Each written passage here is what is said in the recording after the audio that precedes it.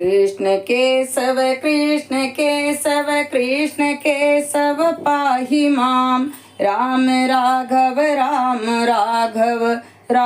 राघव रक्ष माम। राधे राधे दोस्तों, सरिता ज्ञान गंगा में आप सभी का स्वागत है। आइए हम लीला पुरुषोत्तम भगवान श्री कृष्ण की लीलाओं का श्रवण करें। पिछले कथा में आप लोगों ने सुना, बलराम के पूछने पर श्री कृष्ण ब्रह्मा द्वारा घटी हुई सारी घटनाओं के बारे में बलराम से बातें कर रहे हैं। अब आगे सुनिए। जब कृष्ण तथा बलराम इस प्रकार बातें कर रहे थे तो ब्रह्मा एक क्षण के अंतर लौट आए। एक क्षण बाद ही अपने द्वारा बालकों तथा बछड़ों के चुराए जाने से उत्पन्न कौतूहल देखने के लिए लौटे, किंतु वे मन ही मन भयभीत थे कि यह आग के साथ खिलवाड़ करने जैसा है। कृष्ण मेरे स्वामी हैं और मैंने कौतूहलवश ही उनके बछड़े तथा बालक चुराए हैं। वे सचमुच चिंतित थे। वे देर तक वहां नहीं रह पाएंगे। वे अपनी गणना के अनुसार एक क्षण बाद ही वापस चले आए। उन्होंने देखा कि सारे के सारे बालक तथा बछड़े गांव में कृष्ण के साथ पूर्ववत क्रीड़ा कर रहे हैं। उन्हें विश्वास था कि वे उन्हें चुरा ले जा चुके हैं और अपनी योग शक्ति से उन्हें सुला रखा है। अतः ब्रह्मा सोचने लगे, मैंने तो सारे बालक तथा बछड़े चुरा लिए थे और मुझे ज्ञात है कि वे अभी सो रहे हैं, तो फिर यह कैसे संभव है? वैसे ही बछड़े तथा बालक कृष्ण के साथ क्रीड़ा कर रहे हैं। कहीं वे मेरी योग शक्ति से अप्रभावित तो नहीं हैं? क्या वे 1 वर्ष तक कृष्ण से लगातार खेलते रहेंगे? ब्रह्मा यह जानने का प्रयत्न करते रहे कि वे सब कौन थे और उनकी योग शक्ति से किस प्रकार अप्रभावित रह रहे थे, किंतु वे निश्चित नहीं कर पाए। इस प्रकार ब्रह्मा अपनी निजी शक्ति के संबंध में भ्रमित थे। ब्रह्मा को इस बात से आश्वस्त करने के लिए ही वे सब बछड़े तथा बालक कृष्ण के साथ खेल रहे थे, असली नहीं थे। वे सब विष्णु रूप में रूपांतरित हो गए थे। वास्तव में असली ग्वाल बाल तथा बछड़े तो ब्रह्मा की योग शक्ति के कारण सोए हुए थे, किंतु जिन रूपों को ब्रह्मा देख रहे थे वे कृष्ण या विष्णु के अंश थे। अतः ब्रह्मा के समक्ष इतने विष्णु रूप प्रकट हुए। सारे विष्णु रूप सांवले रंग के थे और पीतांबर धारण किए थे। सबके 4 भुजाएं थी, जिनमें वे शंख चक्र पद्म और गदा धारण किए थे। उनके शीशों पर स्वर्ण मंडित रत्न जटित दीप्तिमान मुकुट थे। ब्रह्मा ने यह भी देखा कि प्रत्येक विष्णु के सारे शरीर पर चरण कमलों से लेकर सिर तक ताजा तुलसी दल अर्पित किए गए थे। विष्णु रूपों की अन्य विशेषता यह थी कि वे सब दिव्य रूप से अत्यंत सुंदर लगते थे। विष्णु सतोगुण के, ब्रह्मा रजोगुण के तथा शिव तमोगुण के प्रतीक हैं। अतः इस दृश्य जगत में प्रत्येक वस्तु के पालक के रूप में विष्णु, ब्रह्मा तथा शिव के ही सृष्टा पालक हैं।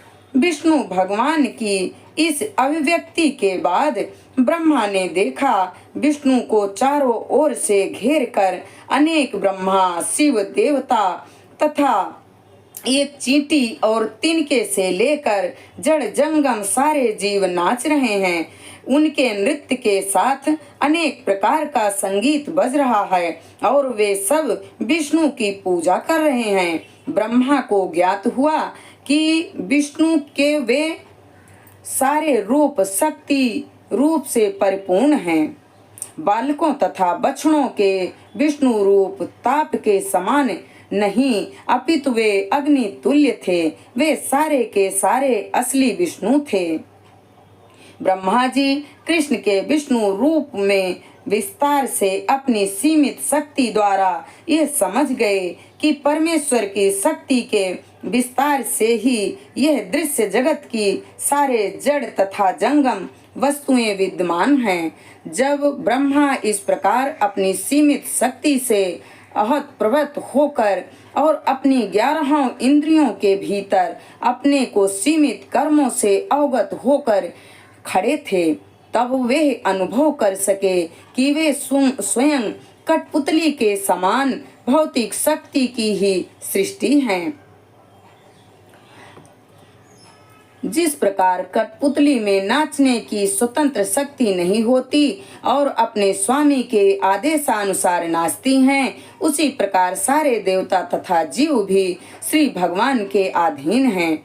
जैसा कि चैतन्य चरितामृत में कहा गया है, कृष्ण ही एकमात्र स्वामी हैं और अन्य सभी उनके दास हैं। इस प्रकार ज्ञान की देवी के अधिष्ठाता तथा वैदिक ज्ञान के सर्वोत्कृष्ट अधिकारी ब्रह्मा जी भगवान द्वारा प्रकट असामान्य शक्ति को न समझ पाने के कारण अत्यधिक व्यग्र थे।